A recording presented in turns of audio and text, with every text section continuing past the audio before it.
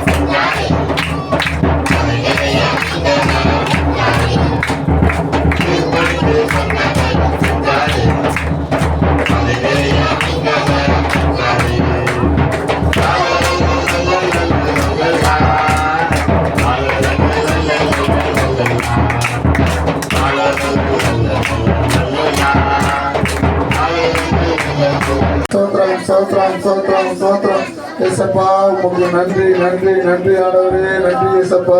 சோத்ரம் சோத்ரம் சோத்ரம் சோத்ரம் சோத்ரம் சோத்ரம் சோத்ரம். இயேசப்பா எங்களோடு நீங்கள் இருக்கிறதற்காக உமக்கு நன்றி ஆண்டவரே. எங்களை நடத்துகிறதற்காக உமக்கு நன்றி ஆண்டவரே. எங்களுடைய குடும்பங்களுடைய தேவைகள் எல்லாம் சந்தித்ததற்காக உமக்கு நன்றி ஆண்டவரே. இயேசப்பா இம்மட்டும் உதவின தேவன் இனியும் எங்களை உதவ போகிறதற்காக நன்றி ஆண்டவரே. இயேசப்பா உண்மை இல்லாமல் எங்களுக்கு வேறொரு தேவன் இல்லை ஆண்டவரே. நீரே எங்களுக்கு சிறந்தவரம். இயேசப்பா எங்களை இயேசப்பா நடத்துகிறவரமாக இருக்கிறதற்காக உமக்கு நன்றி ஆண்டவரே. இயேசப்பா சோத்ரம் சோத்ரம் சோத்ரம் சோத்ரம் சோத்ரம். இயேசப்பா உமக்கு நன்றி நன்றி எல்லாம் நன்றி சொல்லு. நன்றி நன்றி நன்றி ஆண்டவரே. நன்றி இயேசப்பா. நன்றி இயேசப்பா. ஹல்லேலூயா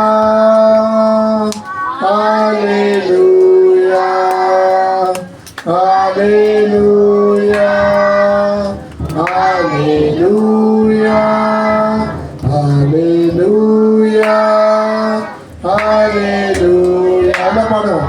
ஹல்லேலூயா ஹல்லேலூயா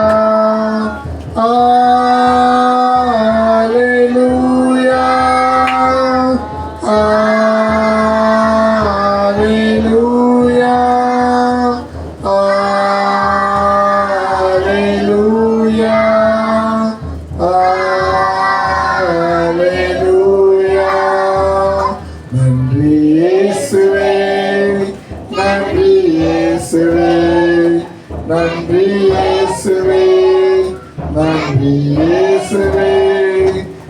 நன்றி இயேசுவே நன்றி இயேசு. அப்படியே பாடுங்க. நன்றி இயேசுவே நன்றி இயேசுவே. ஹல்லேலூயா ஹல்லேலூயா ஹல்லேலூயா ஹல்லேலூயா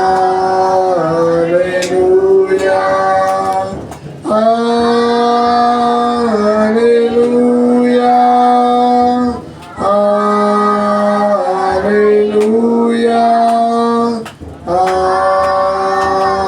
ஹல்லேலூயா ஹல்லேலூயா. இயேசப்பா எங்களோடு இருந்து எங்களை காக்கிறவர், எங்களை நடத்துகிறவர். இயேசப்பா எங்களை சிங்க கபியில் எங்கள் பிள்ளைகள் எதிர்த்து எங்களுக்கு நின்றாலும் இயேசப்பா அந்த சிங்க கபியிலிருந்து எங்களை மீட்டெடுத்து காப்பாற்றுகிறவராக இருக்கிறதற்காக உமக்கு நன்றி ஆண்டவரே. இயேசப்பா எரிகிற அக்கினியை எங்களை தூக்கி போட்டால் இயேசப்பா எங்களோடு நீங்கள் இருக்கிறவராக இருக்கிறதற்காக உமக்கு நன்றி ஆண்டவரே. இயேசப்பா நீங்களே எங்களோடு இருந்து நடத்துகிறவராக இருக்கிற ஆண்டவரே. இயேசப்பா என்ன எதிராளிகள் எங்களுக்கு எதிராக எழுந்து வந்தாலும் இயேசப்பா அந்த எதிரிகளின் கட்டுகளில் இருந்து எங்களை விடுதலாக்குகிறவர் நீங்கள் ஆண்டவரே. இயேசப்பா இம்மட்டும் இயேசப்பா இந்த பிள்ளைகளோடு எங்களோடு நீங்கள் நடத்துகிறவராக இருக்கிறதற்காக உமக்கு நன்றி ஆண்டவரே. இயேசப்பா இந்த பிள்ளைகள் போகும்போது வரும்போது இயேசப்பா இந்த பிள்ளைகளோடு இயேசப்பா இந்த குடும்பத்தோடு நீங்கள் இருக்க போகிறதுக்காக உமக்கு நன்றி ஆண்டவரே. எவ்வளோ பிரச்சனைகள் போராட்டங்கள் நிந்தைகள் இயேசப்பா இந்த குடும்பத்துக்கு நிகராக இயேசப்பா எழும்பினாலும் இயேசப்பா நீங்கள் எங்களோடு இருந்து இந்த பிள்ளைகளோடு இருந்து பாதுகாத்து வருகிறதற்காக நமக்கு நன்றியானவரே. இயேசப்பா இந்த பிள்ளைகளோடு இயேசப்பா இன்னும் வரும் காலம் மட்டும் இயேசப்பா இந்த பிள்ளைகளோடு நீங்கள் இருந்து நடத்த போகிறதுக்காக உமக்கு நன்றியானவரே. இயேசப்பா உமக்கு நன்றி நன்றி நன்றியானவரே. இயேசப்பா இந்த ஊழியத்தை ஆசீர்வதிங்க இயேசப்பா. அந்த ஊழியத்தினுடைய தேவைகளெல்லாம் சந்திக்கான இந்த ஆராதனை வேலையில் இந்த பிள்ளைகளோடு நீங்கள் அசைவடைந்ததற்காக உமக்கு நன்றியானவரே. மீதி இருக்கிற நேரங்களில் காலங்கள் உங்கள் கருத்தில் ஒப்பு கொடுக்குறோம். பாதுகாத்துக் கொள்ளுங்க, பராமரித்துக் கொள்ளுங்க, நடத்துங்க ஆண்டவரே. இயேசு இருக்கிற நல்ல பிள்ளை. ஒரு காம்படிஷன் அது அங்கிள் கூட போன வாரம் சொன்னார்ல, பட்டிமன்ற காம்படிஷன் சொல்லிட்டு அதுக்காக போன. இந்த திங்கள் இல்லாமல் அது முந்தின திங்கள் போனேன். அதுக்கு முன்னாடி ஞாயிற்றுக்கிழமை வந்து பழைய வீட்டில் வந்து பஸ் ரூட்டு எல்லாமே கேட்டுருந்தேன். அவங்க பஸ்ஸு தான் ஈஸி, நாங்கள் அங்கிள் ட்ரெயின் தான் ஈஸி, அது கடைசியில் ட்ரெயின் தான் ஈஸி. பஸ்ஸில் போயிட்டா முந்திரி கப்பலில் போயிருப்பேன் நினைக்கிறேன். அது அப்போ வந்து பேசிட்டு அப்புறம் அங்கிள் நான் சொன்னார் ஆயக்கடை ஜமம் பண்ண போன்னு சொன்னார். எனக்கு கூட தோணல ஜமம் பண்ணேன்னு. நான் ஏதோ ஒரு ஞாபகத்தில் அப்படியே இருந்தேன். அதுக்கப்புறம் சரி வீட்டுக்கு போய் அப்படியே கிளம்பி அந்த அங்கிள் ஜமம் பண்ண போக சொன்னார் ஆயக்கிட்ட. சரி நானும் வந்து ஆயக்கடை ஜமம் பண்ண போனேன். ஜமம் பண்ணிட்டு சரி காலையில் ஏந்து கிளம்பி போயிட்டேன். நான் ஏந்து லேட்டாக தான் ஏந்தேன். அதாவது 6 மணிக்கு ஏந்த கடற்கரை கிளம்பிட்டு 7 மணிக்கு என் ஃப்ரெண்டு ஸ்கூலான வந்து ஒன்றா போகலாம்டா, தனியாக தான் போனேன், டி நகரில் தான். அப்புறம் நான் இங்கேருந்து கிளம்புறது 7 ஆயிடுச்சு. இங்கேருந்து கிளம்பி எங்கள் ஸ்கூலில் நான் 7:30 மணிக்கு தான் போகிறேன். 7:30 மணி தான் என் ஃப்ரெண்ட்லாம் திட்டினாங்க, ஏன்னா லேட்டாக வந்தேன் எப்படா போட்டு சொல்லிட்டு. சரி நாங்களும் சென்ட்ரல் நான் வந்துட்டு இருந்தோம். எனக்கு ஒரு மாதிரி உறுத்தலாம் இருந்தது. ஏன்னா அங்கே வந்து 8:30 மணிக்கெலாம் அங்கே வந்து ப்ரோக்ராம் இது இனாகிரேஷன் ஸ்டார்ட் பண்ணிட்டுருவாங்க. நம்ம இங்கேருந்து சீக்கிரமாக போகணும். ஏன்னா இங்கேருந்து இறங்கி அங்கேருந்து ட்ரெயின் பிடிச்சி இன்னும் போகணும் லாங்கு. அங்கே வேறு சுற்றணும், ஸ்கூல் எங்கன்னு தெரியல, அங்கே வேறு போய் தேடணும். ஒரு 1/2 மணி நேரம் முன்னாடி தான் நல்லா இருக்கும் அப்படின்னு சொல்லிட்டு நானும் போயிருந்தேன். சரி போயிட்டு பட்டாலில் ஒரு ஆட்டோக்கார் வந்தார். ஆட்டோக்கார் வந்து எங்கே பார்த்து தம்பி சென்ட்ரலுக்கு போகணுமான்னு கேட்காரு. ஆமாங்க நான் போகணும்னு சொன்னேன். சரி நானும் ஆட்டோவில் ஏறினேன். ஆட்டோவில் இறங்கினேன். நான் படிப்பேன், நீங்கள் கவனிக்கிறேன் சரியா?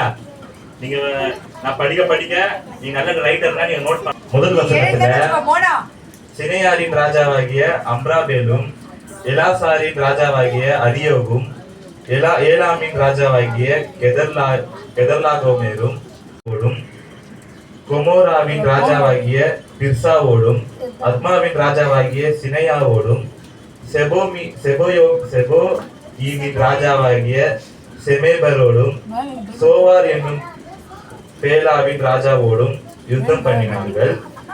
இவர்கள் எல்லாரும் உப்பு கடலாகிய சித்திம் பள்ளத்தாக்கிலே கூடினார்கள். இவர்கள் 12 வருஷம் கெதர்லாகோமேரை சேவித்து 13ஆம் வருஷத்திலே கலகம் பண்ணினார்கள். 14ஆம் வருஷத்திலே கெதர்லாகோமேரும் அவனோட கூட இருந்த ராஜாக்களும் வந்து அஸ்திரோத் கர்னாயி மேலே இருந்த ரெப்பாயிமேரையும் காமிலே இருந்த சூசினியரையும் சாவே கீரியத்தாயிமிலே இருந்த எமியரையும் சேயிர் மலைகளில் இருந்த உரியரையும் அருகான எல்பாரன் மட்டும் முறியடித்து திரும்பி காதேஸ் என்னும் என்மிஸ்பாலுக்கு வந்து அமலேக்கியருடைய நாடனைத்தையும் அத்சாத்சோன் தாமாரிலே குடியிருந்த எமோயரையும் கூட சங்கரித்தார்கள். ராஜாவும் கொமோராவின் ராஜாவும் அத்மாவின் ராஜாவும் செபோயிமின் ராஜாவும் சோவார் என்னும் பேலாவின் ராஜாவும் புறப்பட்டு சித்திம் பள்ளத்தாக்கிலே ஏலாமின் ராஜாவாகிய கெதர்லாகோ மேலோடும் ஜாதிகளின் ராஜாவாகிய திதியாலோடும் சினேயாரின் ராஜாவாகிய அம்ராபேலோடும் ஏலாசாரின் ராஜாவாகிய அரியோகோடும் யுத்தம் பண்ண புறப்பட்டு அந்த 5 ராஜாக்களோடும் இந்த 4 ராஜாக்களும் யுத்தம் பண்ணினார்கள். அந்த சீத்தம் பள்ளத்தாக்கி எங்கும் நிலக்கீழ் உண்டாகும் கேணிகள் இருந்தது. சோதோம் கொமோராவின் ராஜாக்கள் முறிந்தோடி அங்கே விழுந்தார்கள். மீந்தவர்கள் மலைக்கு ஓடி போனார்கள். அப்பொழுது அவர்கள் சோதோமிலும் கோமாராவில் உள்ள பொருட்கள் எல்லாவற்றையும் போஜன பாத்திரங்கள் எல்லாவற்றையும் எடுத்துக்கொண்டு போய்விட்டார்கள். சரியா? இப்ப நான் உங்களுக்கு ராஜாக்கள் சொன்னல, இதுவரை படிச்சேன். மழையெல்லாம் பெய்ய யாரை பாக்குறீங்க? யாரு? ஆபிரகாம் தான். ஆனா இங்க ஆபிரகாம் யூஸ் பண்றது நம்ம ஆபிராம் யூஸ் பண்ணலாம். சரியா? ஓகே. ஆபிராமுடைய தம்பி இருக்காங்கல்ல, அவங்க என்ன பண்ணிடுறாங்கன்னா அந்த ராஜாக்கள் என்ன பண்றாங்க, யுத்தம் பண்ற நேரத்துல அவரை கடத்திட்டு போயிடுறாங்க. அவருடைய பொருட்கள் எல்லாத்தையும் என்ன பண்ணிடுறாங்க, கடத்திட்டு போயிடுறாங்க. கடத்திட்டு போயிட்டதுக்கு அப்புறம் இதை பார்த்து என்ன பண்றாரு, பிறகுன்னு வந்து ஆபிராம் கிட்ட சொல்றாரு, இந்த மாதிரி உங்க தம்பியையும் எல்லாத்தையும் என்ன பண்ணிட்டாங்க, கடத்திட்டு போயிட்டாங்க அப்படின்னு சொல்றாரு. இதை கேட்டு ஆபிராம் என்ன பண்றாருன்னா உடனே ஒரு யுத்தப்படி ஏற்படுத்தி அவங்களுக்கு எதிராக வென்று அவங்க தம்பியை காப்பாத்தி வந்துடுறாரு. அதுக்கப்புறம் ஒரு சில விஷயம் நடக்குது. அதை நான் படிச்சு சொல்றேன், கவனிங்க. சரியா? ஒரு தடவை எக்ஸ்பிளைன் பண்ணிட்டேன், இப்ப படிக்க போறேன், கரெக்டா கவனி. ஆபிராமின் சகோதரனுடைய குமாரனாகிய லோத்து சோதோமிலே குடியிருந்தபடியால் அவனையும் அவன் பொருட்களையும் கொண்டு போய்விட்டார்கள். தப்பியோடின ஒருவன் எபிரேயனாகிய ஆபிராம் இடத்தில் வந்து அதை அறிவித்தான். ஆபிராம் தன்னோட உடன்படிக்கை செய்திருந்த மனிதராகிய எஸ்கோலுக்கும் அநேகருக்கும் சகோதரனாகிய மம்ரே என்னும் எமோரியனுடைய சமபூமியிலே அப்பொழுது குடியிருந்தான். தன் சகோதரன் சிறையாக கொண்டு போகப்பட்டதை ஆபிராம் கேள்விப்பட்ட போது அவன் தன் வீட்டிலே பிறந்த கைப்படிந்தவர்களாகிய 318 ஆட்களும் ஆயுதம் தரிப்பித்து தான் என்னும் ஊர் மட்டும் அவர்களை தொடர்ந்து ராக்காலத்திலே அவனும் அவன் வேலைக்காரரும் பிரிந்து ஓபா மட்டும் துரத்தி சகல பொருள்களையும் திருப்பி கொண்டு வந்தான். தான் சகோதரனாகிய லோத்தையும் அவனுடைய பொருள்களையும் ஸ்திரீகளையும் ஜனங்களையும் திருப்பி கொண்டு வந்தான். அவன் கெதர்லாகோமேரையும் அவனோடு இருந்த ராஜாக்களையும் முறியடித்து திரும்ப வருகிற போது சோதோமின் ராஜா புறப்பட்டு ராஜாவின் பள்ளத்தாக்கு என்னும் சாவே பள்ளத்தாக்கு மட்டும் அவனுக்கு எதிர்கொண்டு போனான். அன்றியும் உன்னதமான தேவனுடைய ஆசாரியனாய் இருந்த சாலமின் ராஜாவாகிய மெல்கிசேத்துக்கு அப்பமும் திராட்சரசமும் கொண்டு வந்து அவனை ஆசீர்வதித்து, வானத்தையும் பூமியையும் உடையவராகிய உன்னதமான தேவனுடைய ஆசீர்வாதம் ஆபிராமுக்கு உண்டாவதாக, உன் சத்துருக்களை உன் கையில் ஒப்பு கொடுத்த உன்னதமான தேவனுக்கு ஸ்தோத்திரம் என்று சொன்னான். இவனுக்கு ஆபிராம் எல்லாவற்றிலும் தசம பாகம் கொடுத்தான். சோதோமின் ராஜா ஆபிராமை நோக்கி, ஜனங்களை எனக்கு தாரும், பொருள்களை நீர் எடுத்துக் கொள்ளும் என்றான். அதற்கு ஆபிராம் சோதோமின் ராஜாவை பார்த்து, ஆபிராமை ஐஸ்வர்யவனாக்கினேன் என்று நீ சொல்லாதபடிக்கு நான் ஒரு சரட்டையாகிலும் பாதரட்சையின் வாரையாகிலும் உமக்கு உண்டானவைகளில் யாதொன்றையாகிலும் கொள்ளேன் என்று வானத்தையும் பூமியையும் உடையவராகிய உன்னதமான தேவனாகிய கர்த்தருக்கு நேராக என் கையை உயர்த்துகிறேன். வாலிபர் சாப்பிட்டது போக என்னுடனே வந்து அனேர், எஸ்கோல், மம்ரே என்னும் புருஷருடைய பங்கு மாத்திரமே வர வேண்டும். இவர்கள் தங்கள் பங்கை எடுத்துக் கொள்ளட்டும் என்றான். ஆபிராமுடைய தம்பியோட மகன் லோத்து இருக்காங்க. இவங்கெல்லாம் ஆபிராமு, லோத்து, சாரா, இவங்க என்ன பண்ணாங்க? சாரா என்ன பண்ணாங்க? ஒரு இடத்துக்கு புலம்பெயர்ந்து எகிப்துல வந்தாங்களா, அப்போ நம்ம 3 கேரக்டர் பார்த்தோமா, ஆபிராம், சாராய், லோத்து. அப்போ இந்த மாதிரிலாம் பண்ணும்போது இந்த ராஜாக்கள் கூடி யுத்தம் வருது. அப்ப என்ன பண்றாங்கன்னா, லோத்தை என்ன பண்ணிடுறாங்க, கடத்திட்டு லோத்தையும் அவங்க பொருளையே கடத்திட்டு போயிடுறாங்க. அதுல லோத்தையே கடத்திட்டு போறாங்க. எல்லாரும் கடத்திட்டு போகும்போது அதுல இருந்து ஒருத்தர் தப்பிச்சிடுறான். தப்பிச்சு வந்து ஆபிராம் கிட்ட சொல்றாரு, இந்த மாதிரி உங்க தம்பியும் பொருள் எல்லாரும் கைது பண்ணி போயிட்டாங்கன்னு சொல்றான். உடனே ஆபிராம் என்ன பண்றாரு, 318 ஆட்கள் 318 ஆட்கள் ஆயுதங்கள் எல்லாமே செஞ்சு என்ன பண்றாரு, நைட்ல என்னது காலத்திலே என்ன பண்றாரு, போர் செஞ்சு என்ன பண்ணிடுறாரு, ஜெயிச்சிடாரு. ஜெயிச்சுட்டு அதுக்கப்புறம் என்ன ஆகுது, எல்லா பொருட்கள் என்னென்ன பொருட்கள் எல்லாம் கொண்டு போனாங்க, கொள்ளையடிச்சுன்னு போனாங்க, அந்த பொருட்கள் எல்லாம் கொண்டு போனாங்க, யார் யாரெல்லாம் கடத்திட்டு போனாங்கன்னு சொல்லிட்டு என்ன பண்ணிடுறாரு, கொண்டு வந்துடுறாரு. என்னப்பா தம்பி தூங்குற, முடிச்சுக்கிறியா?